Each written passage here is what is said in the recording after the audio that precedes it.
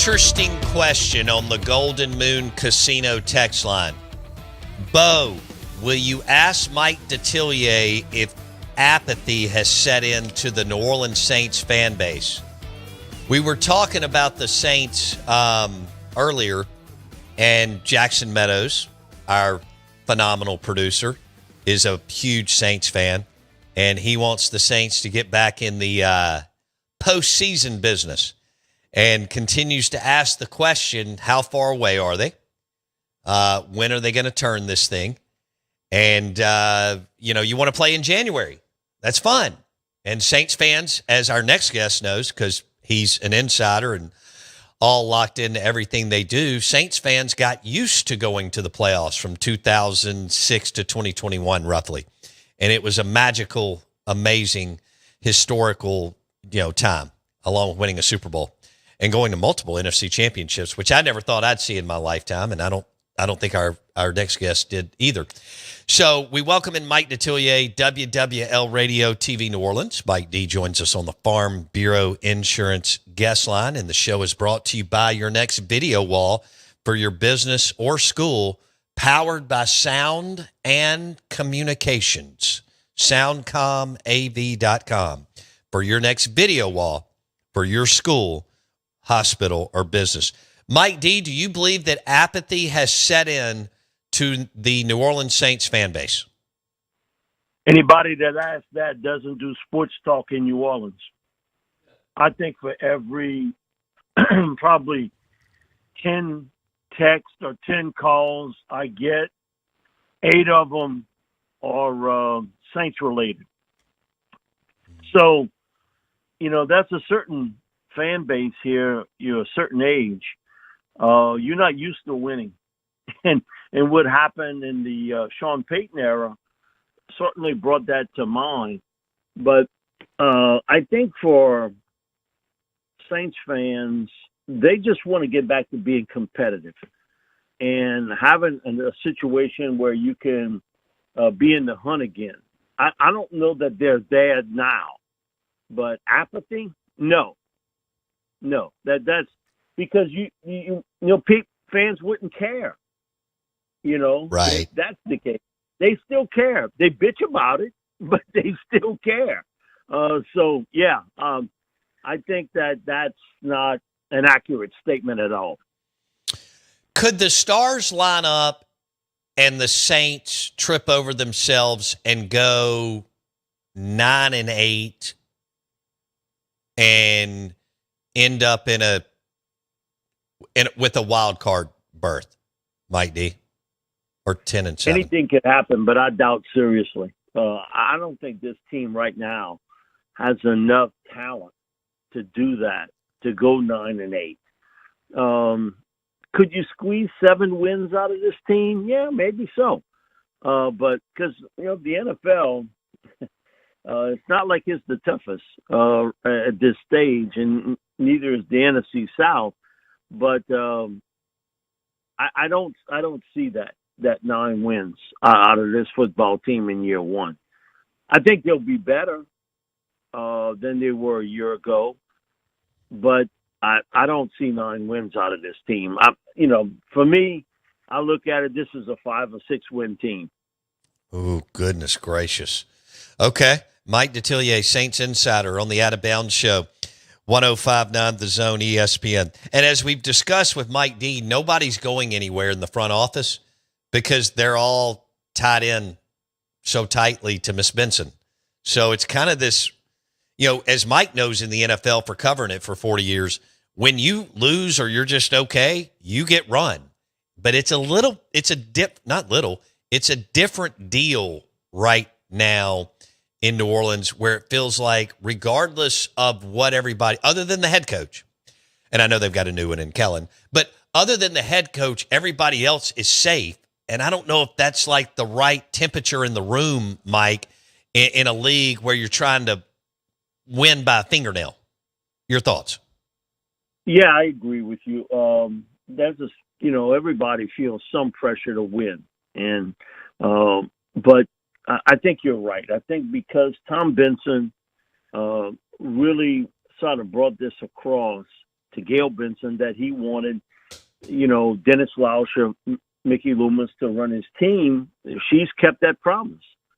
Now, does it get to a point where you say, you know what, guys, I got to make a move here, and maybe, you got to leave on your own accord, so to speak. But it's a strange twist because you don't see this much in sports when you have people implanted for that long that have their jobs, and it doesn't seem to be that it's a situation where they're going to leave on their own accord, so to speak. I think Mickey Loomis will leave on his own accord. I think he'll retire when he wants to retire. And Dennis is younger, so he's part of the money management part of the Pelicans and the Saints. So, but it is odd, to be honest with you, from a sports standpoint.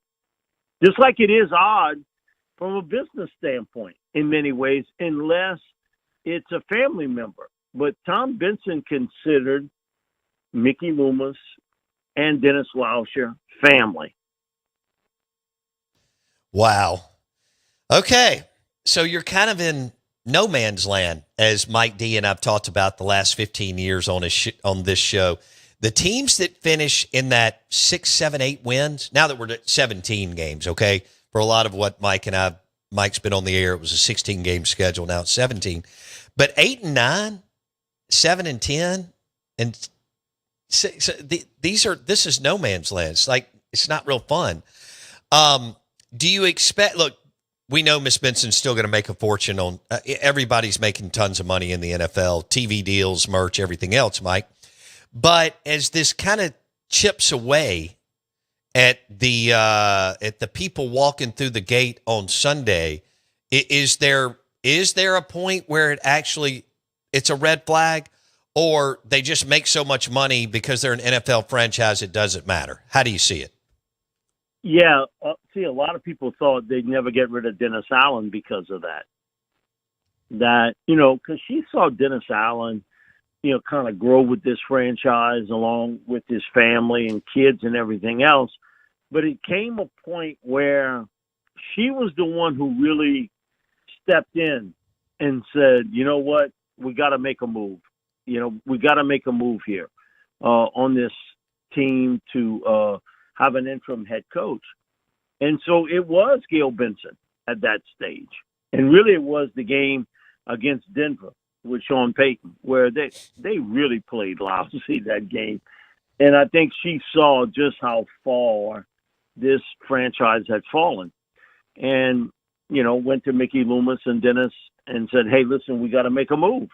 And even though I think Mickey would have liked to have played this out throughout the season, that's not what Mrs. Benson wanted.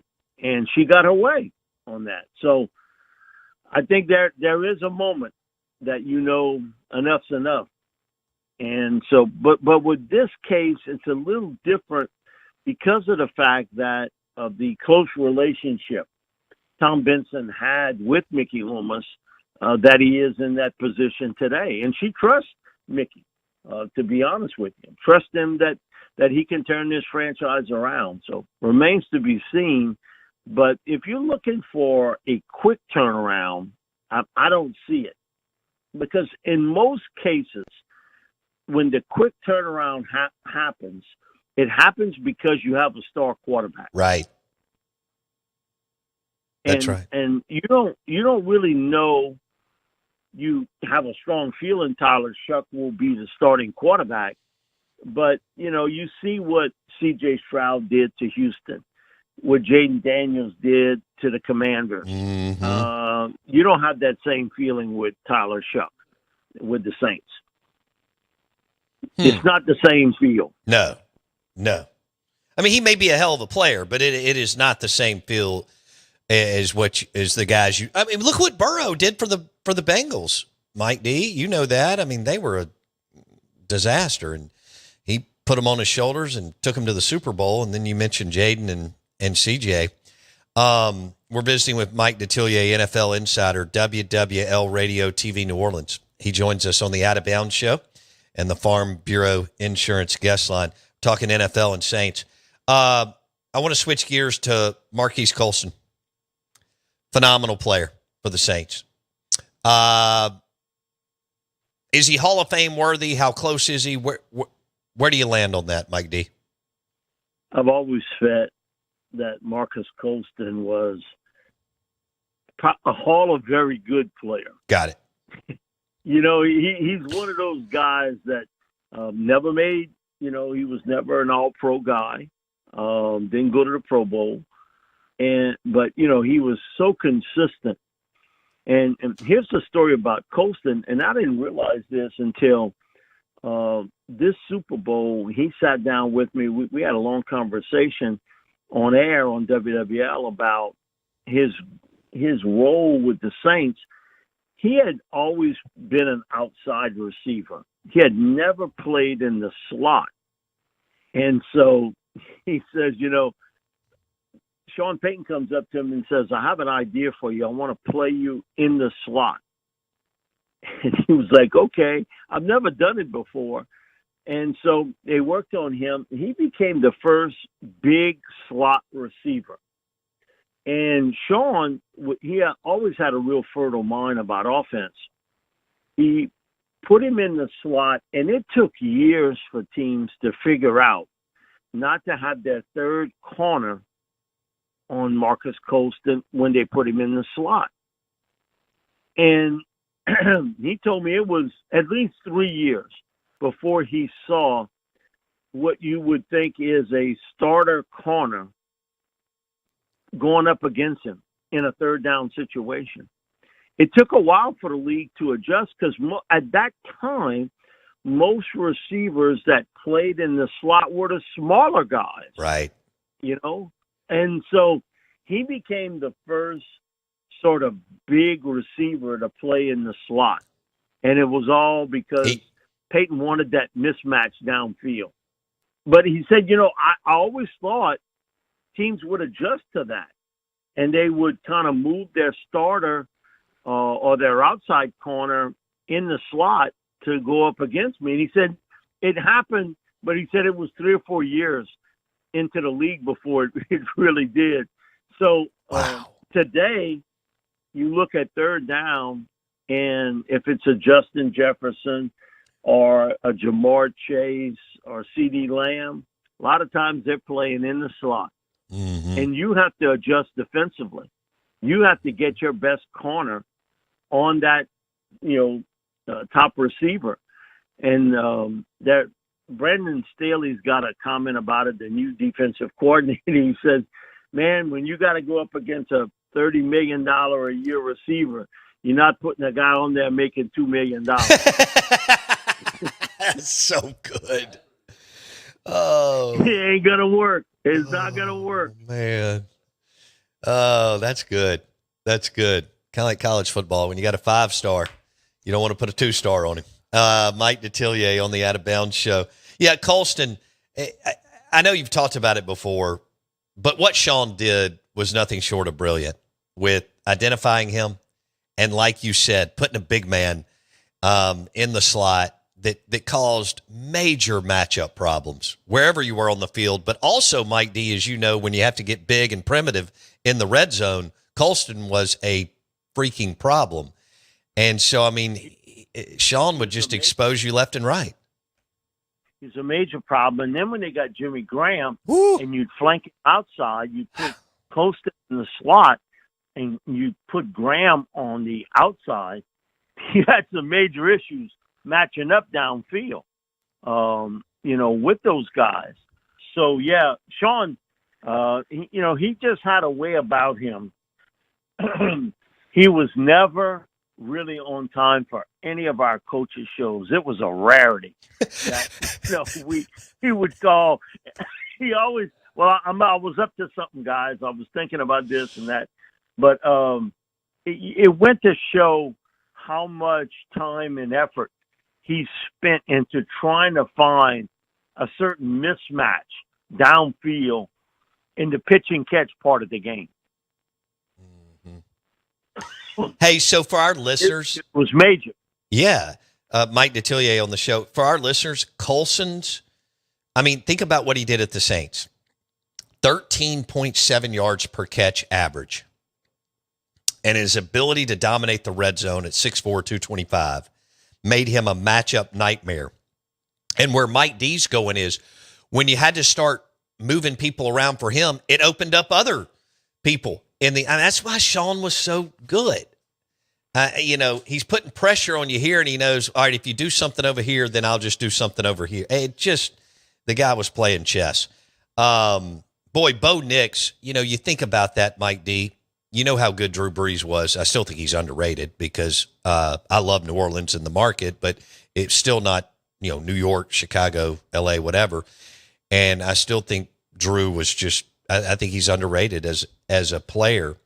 But when you think about what Sean did with all the Lance Moore, Pierre Thomas, Colston, all these guys that either were like 5th, 6th, 7th or undrafted free agents, it's simply remarkable. And he was able to drop them in, and they had 7 to 9 year careers in the NFL, Mike D.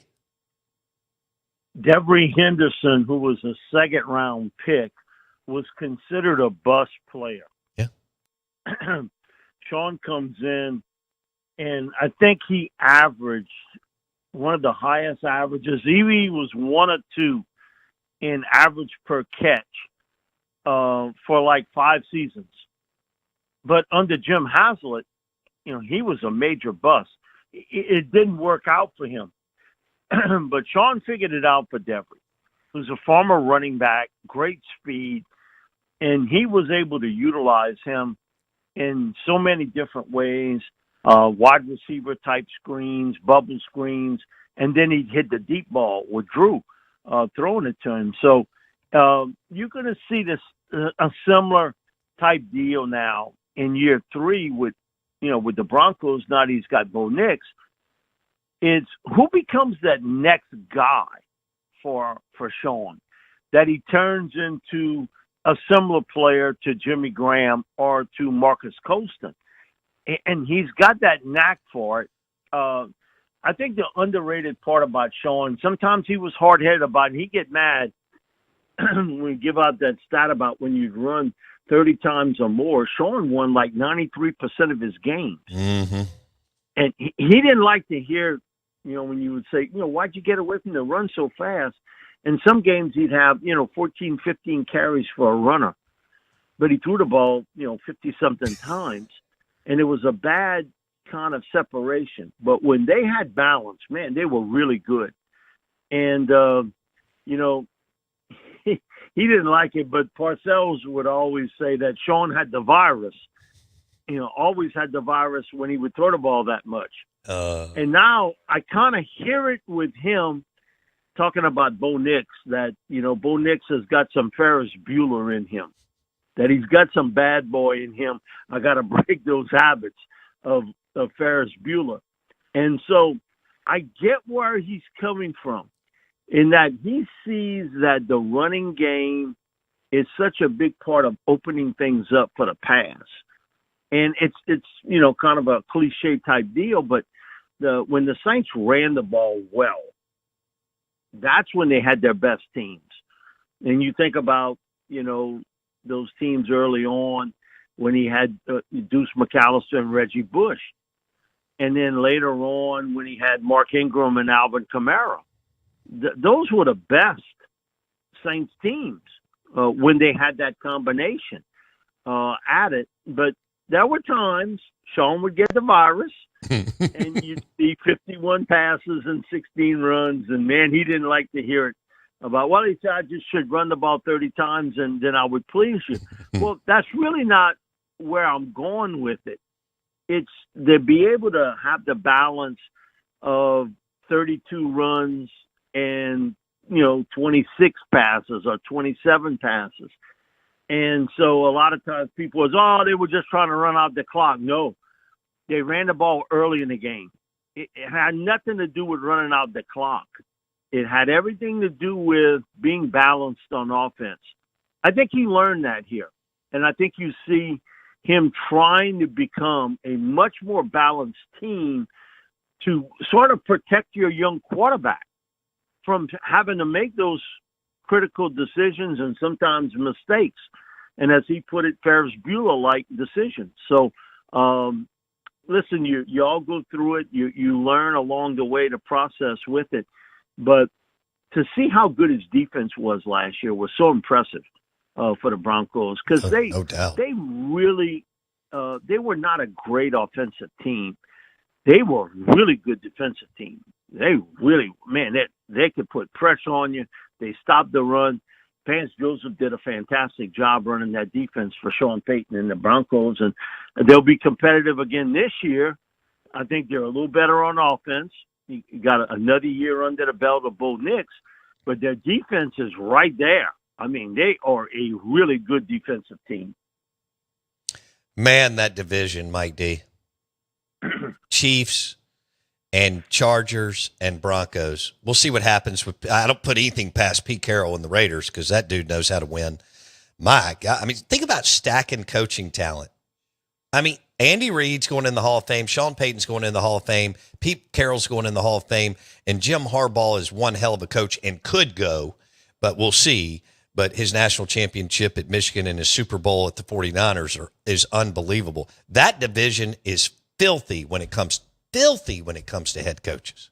It's going to be a ton of fun. Yeah, the AFC is really, it's sort of reminiscent of, so it goes to show how times change.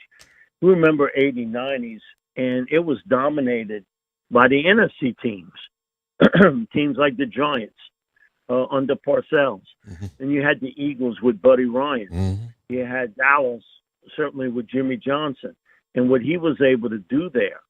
And, you know, I'll give him full credit. Ditka's run in Chicago, they should have won more than one Super Bowl because of their defense. They couldn't keep McMahon healthy, and, you know, that was a big part of it, too. And then you had the 49ers out west with Walsh and that offense. You look at the AFC today, it's sort of reminiscent of that, of so many really good teams. If you look at Baltimore, you know, with Lamar Jackson, and they're getting better on the defensive side, the football. Buffalo with Josh Allen, and they've got a pretty solid defense. And Kansas City, and what you just reeled off, AFC West. I mean, man, it's tough when you got to battle that out in that division. You playing 6 games a year against those type teams. It becomes paramount. But it sort of reminds you a little bit of the NFC back 80s, 90s. No doubt. They dominated. Yeah, they did. Those were Hall of Fame coaches. Mike D, we'll pick this up next week, my man, and we'll be closer to training camp. Thank you, buddy. Thanks so much. At Mike Detillier on Twitter, powered by your next video wall for your hospital, business, law firm, or school, sound and communications.